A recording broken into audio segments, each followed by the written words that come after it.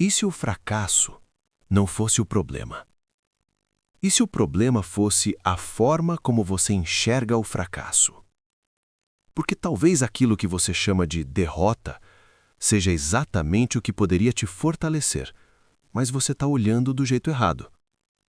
Você foi condicionado a fugir do erro, a evitar a falha, a enxergar qualquer desvio como um sinal de incapacidade.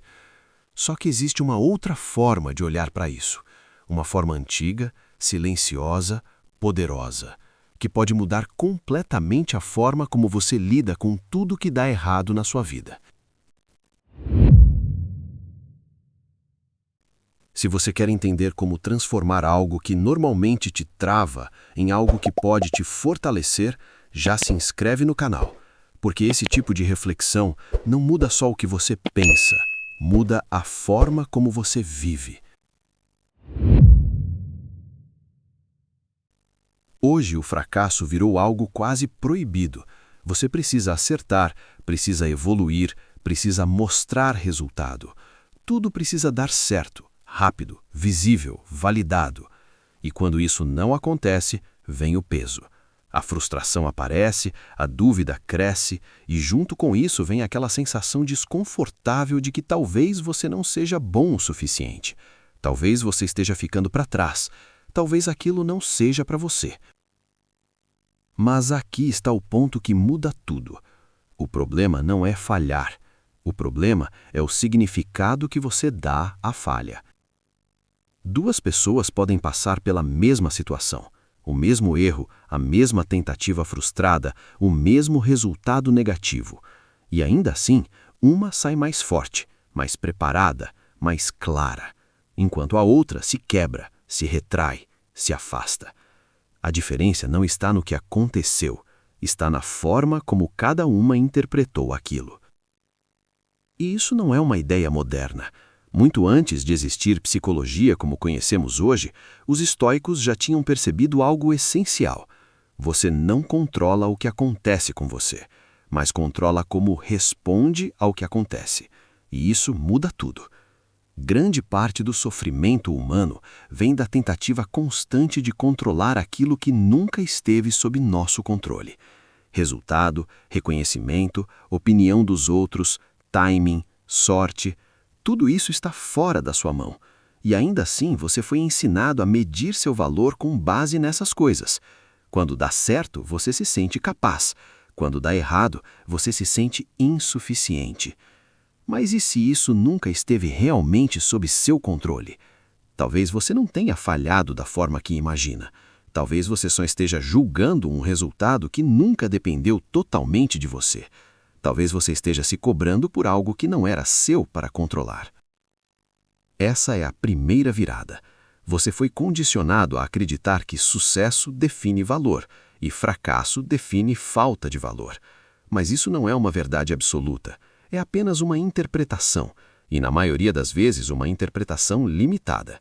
Os estoicos fazem algo diferente. Eles mudam a pergunta. Em vez de perguntar, eu tive sucesso, eles perguntam, eu fiz o que estava sob meu controle? Essa mudança parece simples, mas ela altera completamente o jogo. Porque agora o foco não está mais no resultado, está na ação, naquilo que você realmente pode fazer, naquilo que depende de você. E quando você desloca o foco para isso, o fracasso deixa de ser um ataque pessoal, ele deixa de ser uma ameaça à sua identidade. Ele passa a ser apenas um resultado entre muitos possíveis. E isso traz uma liberdade que poucas pessoas experimentam. Você para de agir com medo de errar. Você para de travar antes de tentar. Você para de depender da validação externa para continuar. E começa a agir com mais clareza, mais consistência, mais presença. Agora entra um conceito ainda mais profundo, um dos pilares mais poderosos dentro do estoicismo: amor fati. Amor fati significa amar o destino, mas não no sentido passivo de aceitar o que acontece. É algo mais radical, mais forte.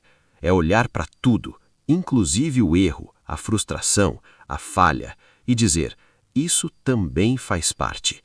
Não como resignação, mas como entendimento. Porque quando você começa a enxergar o fracasso como parte inevitável do processo, algo muda dentro de você. Você deixa de resistir tanto, de sofrer antecipadamente, de se culpar por não ter controle absoluto sobre tudo. E o mais importante, você começa a usar o fracasso, em vez de fugir dele. Mas aqui está o ponto onde a maioria das pessoas trava. Elas entendem isso na teoria, faz sentido quando ouvem, até parece libertador. Mas no momento real, quando algo dá errado de verdade, a emoção fala mais alto. É aí que entra a prática. Não é sobre pensar bonito. É sobre treinar a mente para responder de forma diferente. Porque existe um momento muito específico após o fracasso.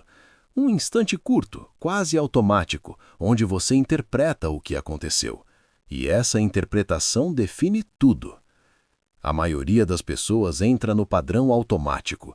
Eu não sou bom o suficiente. Isso não é para mim. Eu não consigo. E sem perceber transforma um evento em identidade. Esse é o erro mais perigoso.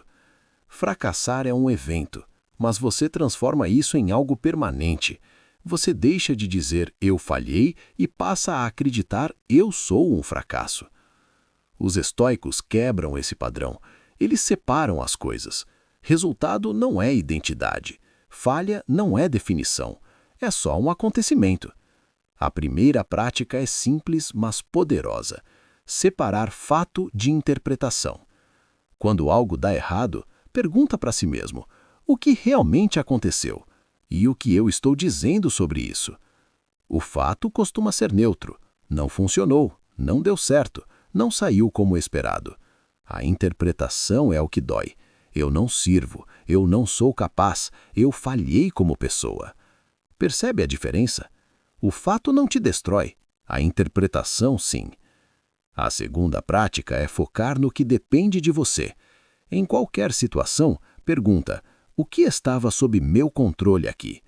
Seu esforço estava, sua preparação estava, sua atitude estava, sua decisão estava. Se você fez isso com intenção, com presença, com entrega, então você não falhou da forma que imagina. Você executou. O resultado não veio, mas isso não invalida a ação. Essa mudança tira um peso enorme dos seus ombros, porque você deixa de carregar a responsabilidade por coisas que nunca foram totalmente suas. A terceira prática é usar o fracasso como feedback. Em vez de evitar o erro, você começa a usá-lo. Você pergunta: o que isso está me mostrando? Fracasso deixa de ser algo a ser escondido e passa a ser algo a ser analisado. E informação é poder. Informação ajusta a rota. Informação melhora a execução. Informação acelera crescimento. A diferença entre quem cresce e quem trava não está no talento, nem na sorte.